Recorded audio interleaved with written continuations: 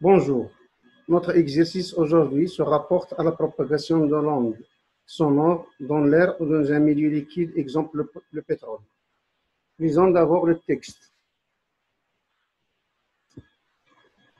Pour déterminer la valeur approximative de la célérité Vp d'une onde ultrasonore dans le pétrole liquide, on réalise l'expérience suivante. Dans une cuve contenant du pétrole, on fixe à l'une de ses extrémités deux émetteurs E1 et E2. E1 et E2, qui sont reliés à un générateur GBS. À l'instant T0 égale 0, les deux émetteurs émettent chacun une onde ultrasonore.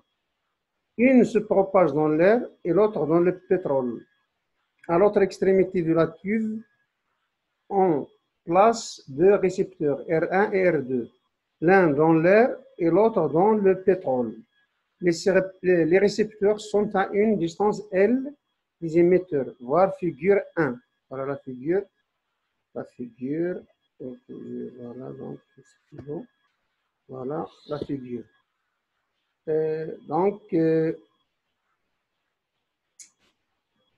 On visualise sur l'écran d'un oscilloscope les deux signaux reçus par R1 et R2, voir figure 2. Voilà la figure 2.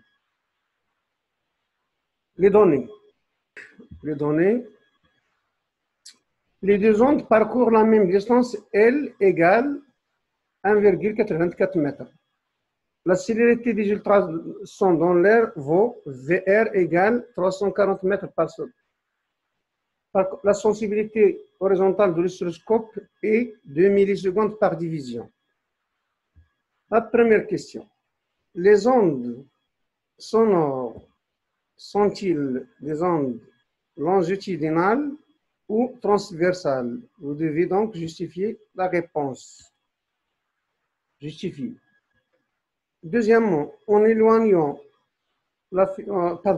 exploitant la figure 2, déterminer la valeur du retard temporaire tau entre les deux ondes reçues. Montrer que l'expression de tau s'écrit sous la forme tau égale L facteur de 1 VR sur moins 1 sur Vp. Trouver la valeur approchée de la célérité Vp.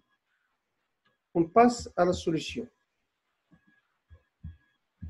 Donc, la première question, les ondes ultrasoniques sont-elles longitudinales ou transversales? Justifiées. Il suffit de rappeler son cours que l'onde longitudinale, lorsque la direction de propagation est parallèle à celle de déformation. Par contre, transversales, s'ils sont perpendiculaires. Donc, c'est une onde longitudinale car la direction de perturbation est parallèle à celle de propagation. Deuxième question, en exploitant la figure, déterminer la valeur du retard temporaire tau. Donc, voilà l'oscilloscope. Il faut faire attention ici. Vous avez ici le retard. C'est ça. C'est cette distance. C'est deux carreaux. On va voir que la voie B, elle capte l'onde se propageant dans le pétrole. Il est plus rapide parce que c'est TP, ça c'est TP si vous voulez, ça c'est TR. Donc l'écart c'est le retard, TR moins TP. La sensibilité horizontale de l'oscilloscope, on vous rappelle que c'est 2 mètres par milliseconde par division. Donc, tau est égal à SH fois D. La distance c'est 2 carreaux. Vous voyez ici vous avez 2 carreaux. Ça correspond à tau. Tau est égal à 2 millisecondes par division fois 2 divisions.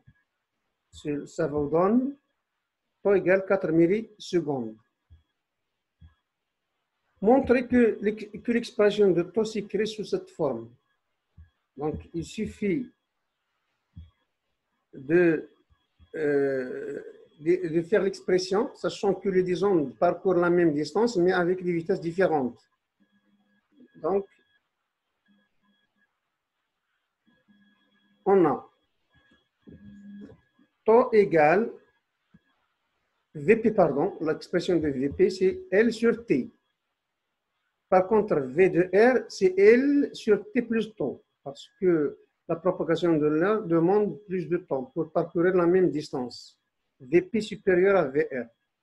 Cela donne, quand on va T égale L sur Vp, donc T plus τ est égal à L sur Vr. Finalement, on peut écrire τ égale L sur Vr moins T. T, c'est quoi? C'est L sur Vp. τ est égal à L sur Vr moins 1 sur Vp. Donc, τ est égal à L facteur de 1 sur Vr moins 1 sur Vp. C'est ce qui est demandé dans notre question. Voilà. Et ça reste la valeur approchée de la célérité. Il suffit de partir de la formule. τ est égal à L sur 1 Vr moins 1 sur Vp. Donc, ça vous donne 1 sur Vp est égal à 1 sur Vr moins τ sur L. Je calcule directement 1 sur Vp numériquement en mètre moins 1. Pardon, en seconde par mètre. Parce que c'est 1 sur Vp. Vp, c'est l'inverse, 1 sur, ça vous donne ce résultat. Donc, Vp répondait à toutes les questions.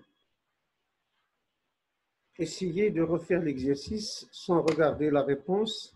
C'est une façon d'apprendre à rédiger les exercices et à répondre à toutes les questions. Au revoir donc, à la prochaine séance.